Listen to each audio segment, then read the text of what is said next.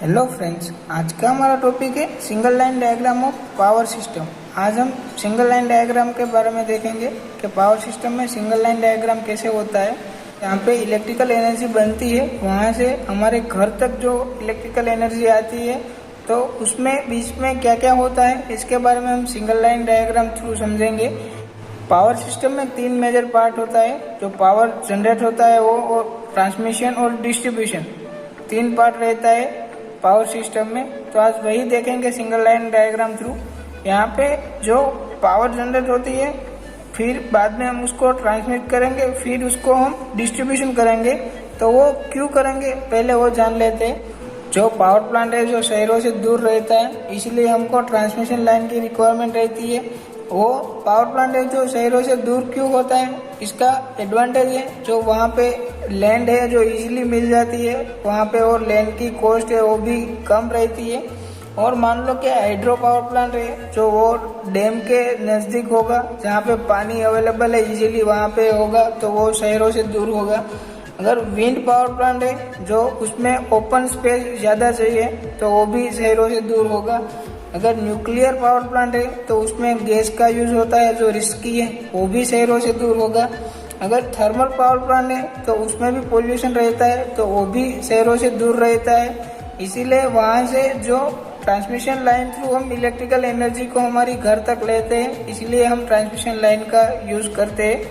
चलिए फ्रेंड, हम single line diagram through समझते हैं। यहाँ पे पावर प्रोड्यूस होती है, वहाँ से लेके हमारे घर तक जो बिजली आती है उसके बारे में हम सिंगल लाइन डायग्राम थ्रू समझेंगे।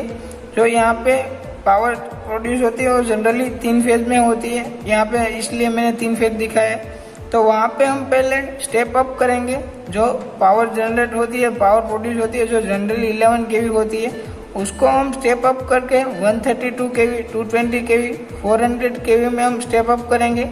यहाँ पे सिंबल है वो स्टेप अप ट्रांसफार्मर का है। जो प्राइमरी साइड है वो नंबर ऑफ टर्न्स कम है कंपेयर टू सेकेंडरी साइड है वो, तो इसलिए स्टेप अप होगा। जो 132, 220 और 400 केवी में स्टेप अप होगा। यहाँ पे जो पावर प्रोड्यूस होती है, जहाँ पे पावर बनती है, वहाँ से यहाँ पे ट्रांसमिशन लाइन है जो सब स्टेशन तक आते हैं। लॉन्ग डिस्टेंस रहता है क्योंकि हमारा पावर प्लांट है जो शहरों से दूर होता है, तो वहाँ से पावर ट्रांसमिट होती है।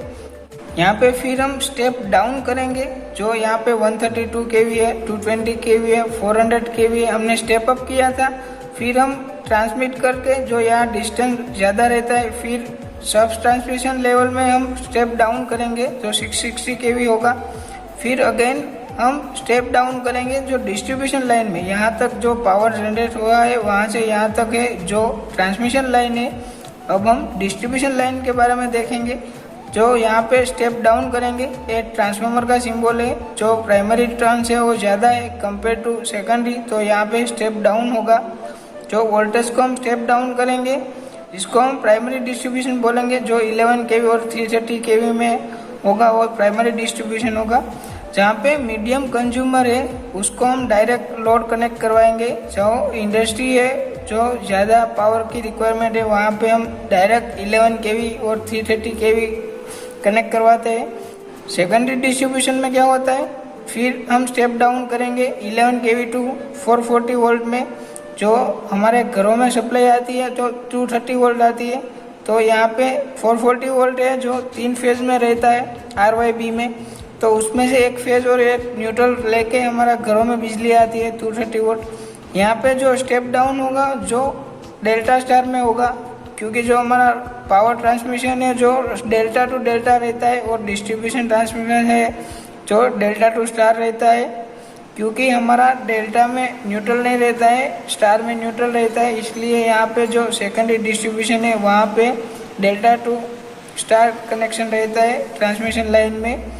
मैं एक इम्पोर्टेंट बात बताना चाहता हूँ, मैंने डिस्क्रिप्शन में एक लिंक दी है। जो पावर सिस्टम रिलेटेड जितने वीडियो मैंने अपलोड की है वो सारे पावर सिस्टम में मिल जाएगा। जो डिस्क्रिप्शन में लिंक है उसमें मिल जाएगा। जो हमने यहाँ पे 11 केवी यूज़ किया है, और हमारा जो पावर प्रोड्यूस होता है वो भी 11 केवी होता है।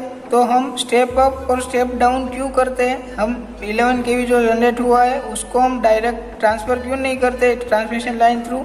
चलिए हम देख लेते हैं कि यहाँ पे जो 11 केवी जनरेट हुआ है उसको हम डायरेक्ट ट्रांसफ़र करेंगे तो उसमें ट्रांसमिशन लाइन में वोल्टेज ड्रॉप होगा। जो यहाँ 11 केवी है वो हम ट्रांसफ़र करेंगे डिस्ट्रीब्यूशन में, तो बीच में जो वोल्टेज ड्रॉप होगा तो हमको 11 केवी नहीं मिलेगा, बीच में वोल्टेज ड्रॉप हो जाएगा। सेकंड है पावर लॉस। जो ट्रांसमिशन लाइन में पावर लॉस रहता है जो I2R रहता है, और हमारे पास एक इक्वेशन है P = VI। यहाँ पे हमको I को फाइंड करना है तो P/V होगा। जो यहाँ पे I = V/V है वो हम यहाँ पे पुट करेंगे तो क्या होगा, पावर लॉस = P²R/V²। तो यहाँ पे रिलेशन क्या दिखाता है, जैसे ही हमारा वोल्टेज इंक्रीज होगा, यहाँ पे हम वोल्टेज को इंक्रीज कराएंगे तो हमारा पावर लॉस होगा वो कम होगा। इसीलिए हम यहाँ पे जो पावर जनरेट होता है 11 केवी में उसको हम इंक्रीज करते हैं, उसको हम स्टेप अप करते हैं। जो क्योंकि हमारा जो पावर लॉस है जो कम हुए, इसीलिए हम डायरेक्ट 11 केवी को हम ट्रांसमिशन लाइन थ्रू ट्रांसफ़र नहीं करते। आई होप कि आपको पता चल गया सिंगल लाइन डायग्राम क्या होता है पावर सिस्टम में, और पावर जहाँ से बनती है वहाँ से लेके हमारे घर तक कैसे आती है वो हमने सिंगल लाइन डायग्राम में देखा।